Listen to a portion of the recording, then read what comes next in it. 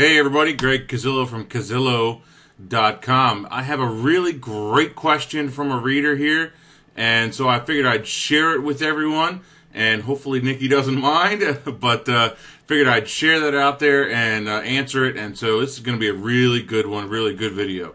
So, I'll let you read a lot of it, as if you'd like here, but I'll kind of hit the finer points of this.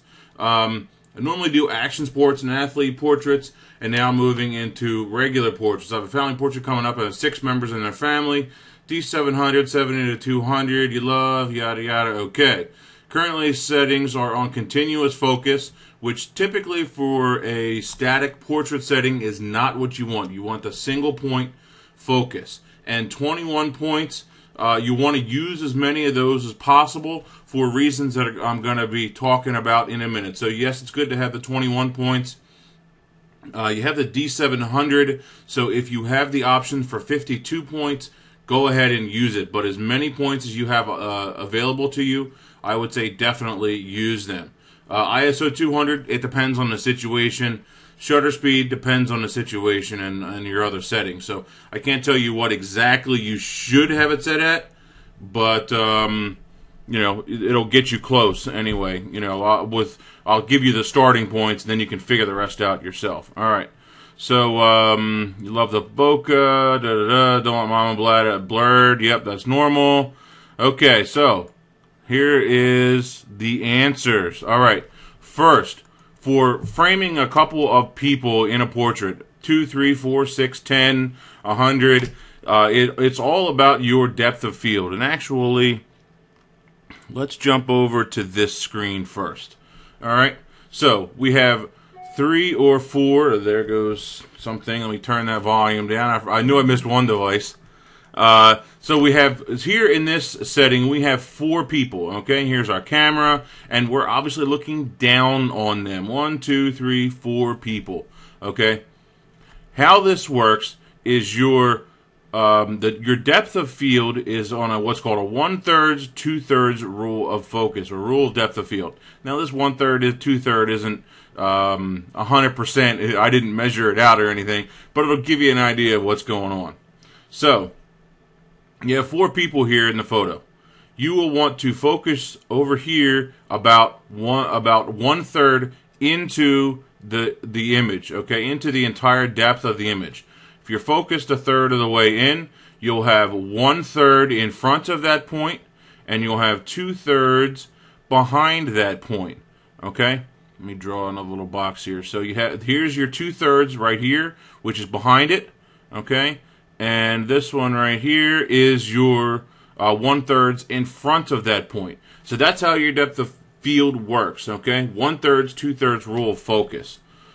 So when we go back to our actual photos and we start applying that, here doesn't matter. I shot this at 3.5. I very easily could have shot it at 2.8. It wouldn't have really mattered because they're on the same plane. Okay, so let's go back to this and let's turn a couple of our little people off here. And there we go. And let's kill our car backgrounds and deselect that. Okay. Because these, since they are basically on the same plane, like this, okay, they're very close to one another, their eyes are around the same area, it really doesn't matter. You're going to get that solid depth of field, just enough depth of field, I should say, whether you're at 2.8, f4, whatever, you know, to keep that bokeh, obviously, is what you want, but you're still going to have enough depth of field that eyes and everything that's important is going to be in focus. So we're going to go back over this one. Next photo. Now, there's a couple. This one's a little deceiving, and I'm actually going to explain that in a minute. But more people typically means a little bit more depth of field. All right. I shot this with a 300-2.8, but why I shot it at f8 is actually because it was in the middle of the day, and the radio slaves that I was using limited me to 1/250th of a second in order to get the little bit of fill flash into their faces. So I couldn't bump up my shutter speed any higher. That's why I had to stay at f8. All right, so that's why this is 1/250th at f8, because there's additional strobe on here. Now, if you would do this photo with a 24-70 lens and you were, say, at f5.6 or f4, that lens is going to have a little bit more depth of field at the same aperture versus, say, a 70-200. It's going to have a little bit shallower depth of field compared to a 24-70 or compared to a wide-angle lens at the same f-stop. So keep that in mind too. Then we go to our big shots. A lot of people, okay? f11, 24-70 at 2.8. Now, as you see here, we have people in the front, perfectly focused. All right, here, good focus, all the way up to the flag in the building, good focus. All right, that's my point. 24 millimeter at f11, we've got everything in, and that's, again, that's what we want in this kind of a shot. We want it all to be in focus. And here is my company, and once again, this one's actually at f8, little bit 32 millimeter instead of 24, didn't really matter.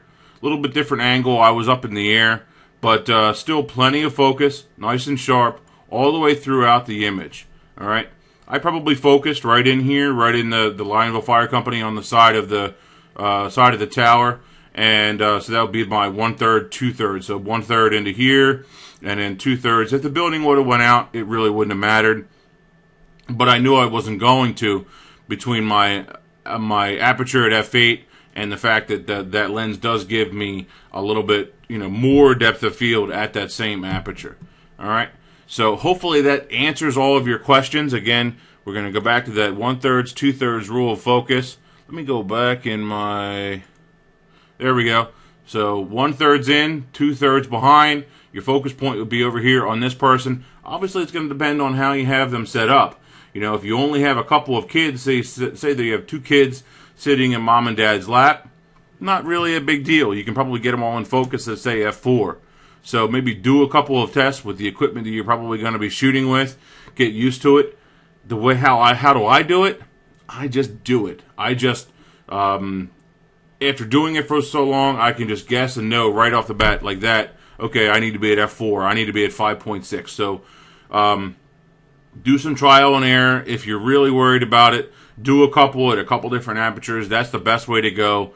And just tell them, hey, I want to do a couple more just in case, or I need a couple more smiles, or maybe the kid isn't looking in the right direction, or whatever it may be. Shoot a couple more of those photos just to be sure. One at f4, one at 5.6. To be honest, even I've shot groups of, say, 10 people at 5.6 with my 24-70 lens, and that's maybe 10, maybe even 15 people I've done.